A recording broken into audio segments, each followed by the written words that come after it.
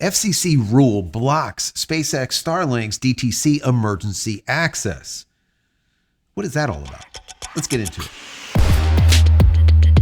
Hey everybody, welcome back to the channel. Thank you so much once again joining me for tea time. Today we're coming to the end of some fireside. I hope you're joining me with your cup of tea, maybe a cup of coffee, hanging out, talking tech, talking space, SpaceX, Linux, all kinds of good tech stuff. Today we're going to be talking about SpaceX Starlink DTC or direct-to-cell service. And I was reading a couple of articles and they were talking about how one of the rules that the FCC has in place is actually going to possibly kill people. I mean, to be absolutely frank, they need to fix this stuff. The regulations and the rules that go on with a lot of these three-letter organizations are just horrific. And they need to be addressed. They need to be fixed. And that's what these articles are talking about. I want to bring this to your attention so you will know if you are one of the affected. And hopefully you are not. So before we get into these articles, I want to say that if you enjoy the content, throw the video a thumbs up. If you are not, as of yet, subscribe to the channel, please consider doing so. And if you are, thank you. I appreciate that. Click the notification button over here so when I go live and when a new video comes out, you'll be notified of it immediately. And if you haven't downloaded any of my ebooks, check them out. Those are free just for you being here. Go to JCristina.com/books. And if you want to give back to the channel, there's a little thank you button down here. You can click on that, give $1 or $2 if you like. If not, it's perfectly fine. The video is still free. Consider becoming a member of the channel. That would be even better. And finally, if you want more SpaceX Starlink content, I'll put a link over here to a playlist. Don't click on it yet. Over 460 videos I've put together just for you. So once again, check those out when you're done watching this video. So let's jump right into this article and then I'll give you my commentary as I always do. But more importantly, I want to hear from you down below in the comment area. If you're shy, put an emoji down there. At least I know that you actually watched the video. That would be very, very helpful. Starts out by saying SpaceX and T-Mobile request FCC to ease rules blocking some phones for emergency DTC Starlink service. The challenge for legacy phones. SpaceX and T-Mobile are pushing the FCC to relax a rule that prevents older smartphones from accessing their up-and-coming cellular Starlink service. That is the DTC or direct-to-cell service.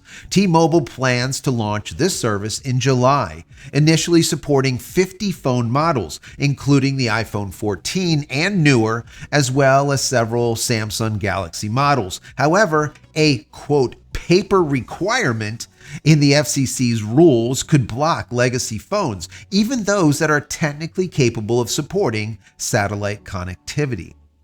This always seems to be the case, right? It's always these rules, these little things that you have to constantly work around.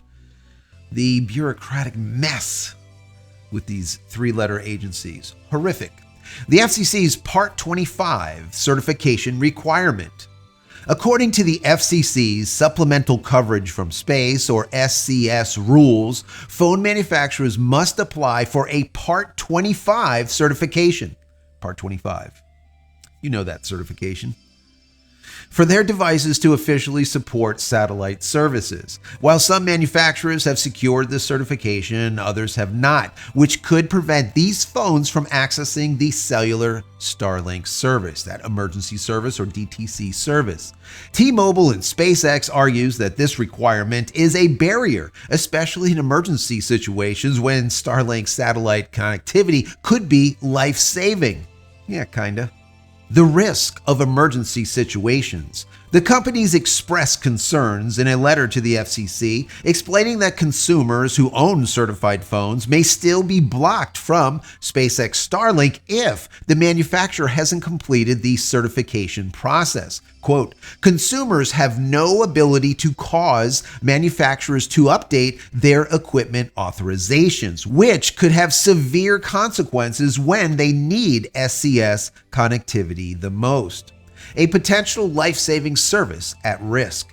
T-Mobile and SpaceX says this situation risks creating confusion for consumers and preventing the cellular Starlink service from being helpful, especially if users lose traditional cellular coverage. They are asking the FCC for a waiver that would allow Starlink to support smartphones that have received certifications for other wireless services, but not for the Part 25 satellite certification. This waiver would also apply to devices certified before June 29th, 2024, when the FCC introduced a streamlined process for obtaining Part 25 certification.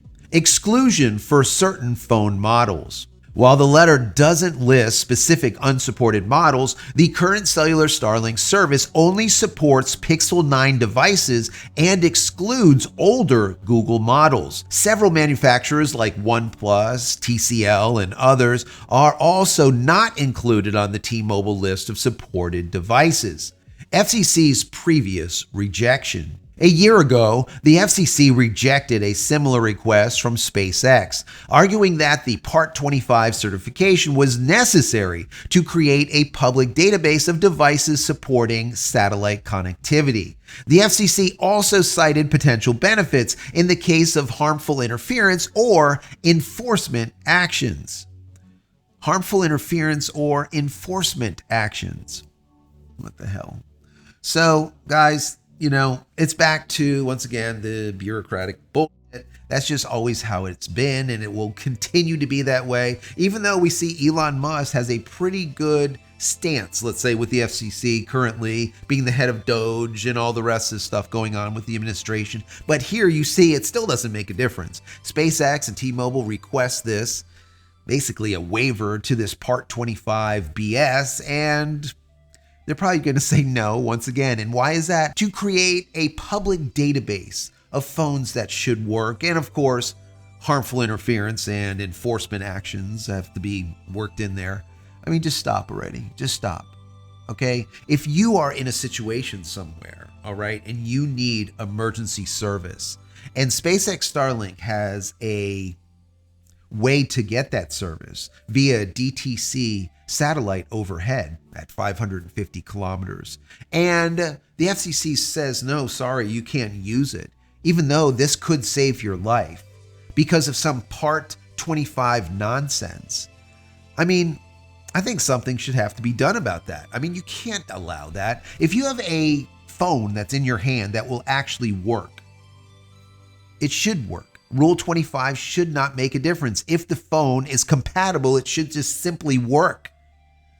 And this is where the FCC and a lot of the other three-letter organizations like the FAA and all the rest of them just take hold and want to manipulate and want to make things more difficult than they should be. And just like they said back in June or July of 2024, when the FCC created this streamlined means of obtaining the Part 25, that's all great and all, but how about the manufacturers that haven't done it yet? Should the users have their life in jeopardy because a manufacturer didn't do it, where the user has no way to compel that manufacturer to actually do what the FCC wants them to do? We don't have the choice. We cannot manipulate the manufacturer. The only thing that we could do is not buy the phones that are not complying. That's really about it. But if we already own one and there's an emergency and there is cell coverage above us and we can't use it because of the FCC's nonsense, it is a problem. And that's why SpaceX Starlink and T-Mobile are requesting this waiver. And I think that they should get it. Will they? Probably not. Probably not. I don't know. What say you guys? What do you think? Do you think that if you have a phone in your hand that is not on the list of certified phones that will work, but it still does work, do you think you should be able to use it? I mean, I sure as hell do. I mean, hell, Google's Pixel 9 will work, but anything older than that won't, even though they are compatible and they would work without a problem. It's just baffling. And like I said, as far as the iPhones, was it iPhone 14 and newer? Well, how about an iPhone 13? How about my iPhone 11 that I have in my hand right now because I refuse to upgrade for $1,000? This damn thing worked with DTC during the emergency that just happened where we got run over with 2 hurricanes, right? It worked. I text my wife live on a JC Live show, so everyone was able to see me do it with no service on this phone at all, using a SpaceX Starlink satellite overhead, and I was using AT&T and not even T-Mobile, and it still worked on an iPhone 11. So you're going to tell me because of this part 25 that wasn't filled out for this specific phone, I should have been able to use it in the case of the emergency? I mean, it's just ridiculous in its face. That's my personal opinion, all right? What do you think? Down below, once again, I want to hear from you. What do you think about all this? And as I said before, if you are shy, put an emoji down there. At least I know that you got to the end of the video. I would really appreciate that. But instead, put something down there. I just want to hear from you. All right? I want to hear from you.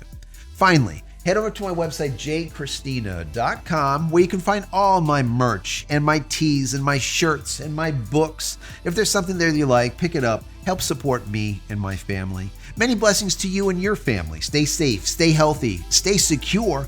Use DTC, even on your unsupported phone. And we'll see you in the next one. Love you guys.